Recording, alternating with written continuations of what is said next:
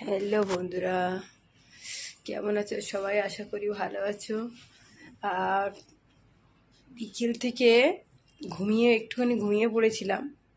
তারপরে 6:30টার দিকে দেখি এত জ্বর উঠেছে, এত কষ্ট হচ্ছে। তারপর বাধ্য হয়ে আমি মানে এত অস্বস্তি লাগছে আমার, দিয়ে একটা ওষুধ খেয়েছিলাম। ওষুধটা খেতে আমার গাতে এত ঘাম দিচ্ছে, এত কষ্ট হচ্ছে, বাধ্য হয়েছে এসিটা চালাতে। দুজনা দেখো, পাগলাম ওটা, দেখো দুজনা। ওকে চুলকি দিচ্ছে, ও ওকে কামড়ে দিচ্ছে।